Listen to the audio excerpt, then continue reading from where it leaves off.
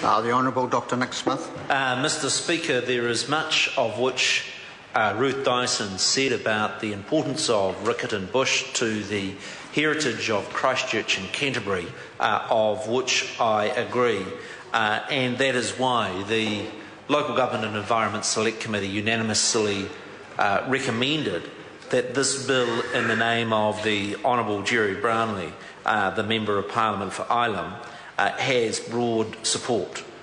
I think we should, at this stage of the bill debate in the third reading, acknowledge the huge heritage that goes with the Dean's family 169 years ago in building the initial buildings that are part of that which is protected, and the step 98 years ago, back in 1914, when it was gifted for the benefit of the people of Christchurch and Canterbury.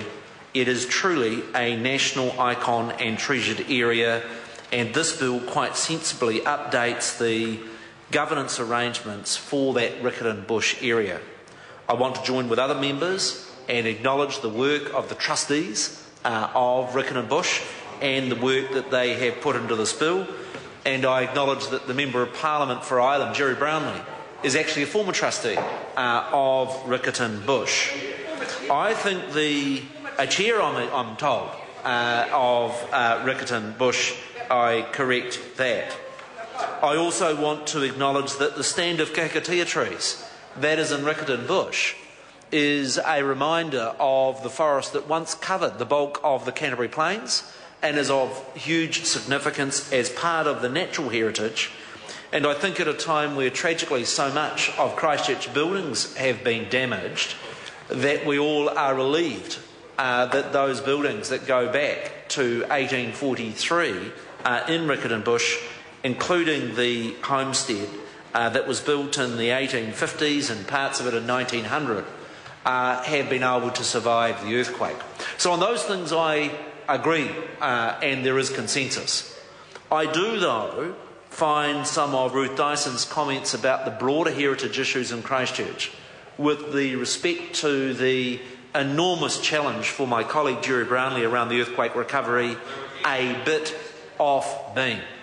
You see, like so many areas, Mr Speaker, that we see from the opposition, you would think that the New Zealand Government has a blank cheque.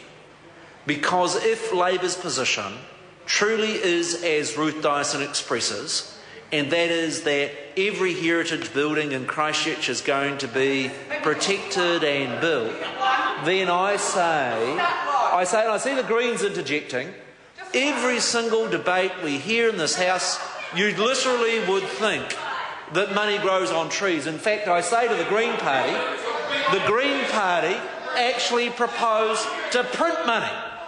And I'm just pleased that the Honourable Jerry Brownlee is not in that camp, that he is realistic and realises that there are a balancing. You're not going to print money?